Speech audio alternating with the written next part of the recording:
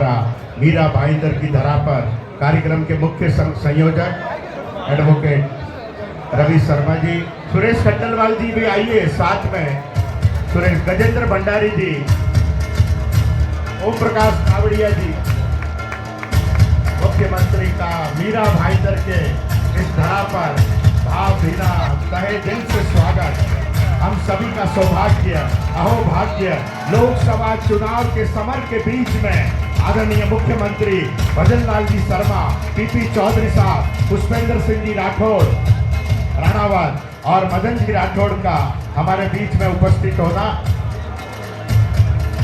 अब मैं सबसे पहले निवेदन करूंगा भारतीय जनता पार्टी के वरिष्ठ कार्यकर्ता राजस्थान के आदरणीय और जो आज के कार्यक्रम में और प्रवासी राजस्थानियों के जगह जगह कार्यक्रम में समन्वय कोऑर्डिनेटर की भूमिका निभाते 2 मिनट आई अनुराग शर्मा जी, इसके बाद सांसद पीपी चौधरी जी और उसके बाद मुख्यमंत्री महोदय जी। भारत माता की जय, भारत माता की जय।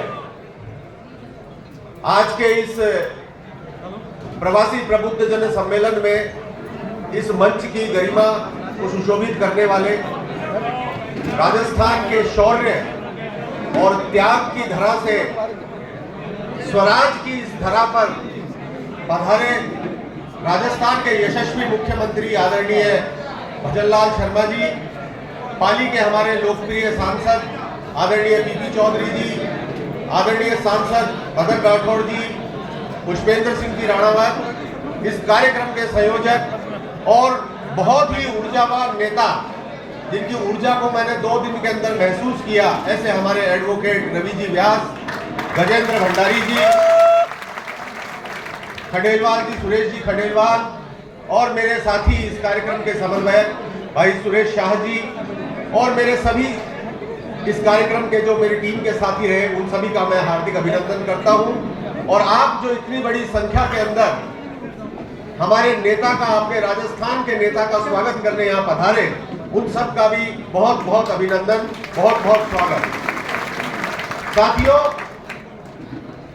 समय बहुत कम है और जैसा कि आप जानते हैं कि पूरे देश के अंदर इस समय सबसे ज्यादा अगर कोई सभाएं किसी मुख्यमंत्री की हो रही है तो वो आदरणीय भजनलाल जी की हो रही है। और ऐसे समय में हमें समय देना, इसके लिए मैं आदरणीय मुख्यमंत्री जी का बहुत बहुत आभारी हूं।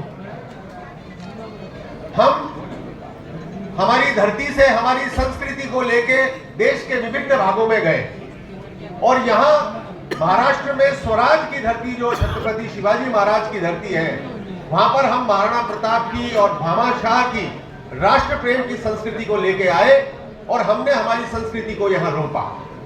और आज ऐसी भगवान श्री राम की कृपा है कि जो प्रवासी राजस्थानी समुदाय है वो पूरे देश में और मुंबई और उसके आसपास के उपनगरों में जो आर्थिक राजधानी कहलाती है देश की, वहां अपनी बहुत बड़ी महत्वपूर्ण भूमिका का निर्वहन कर रहा है।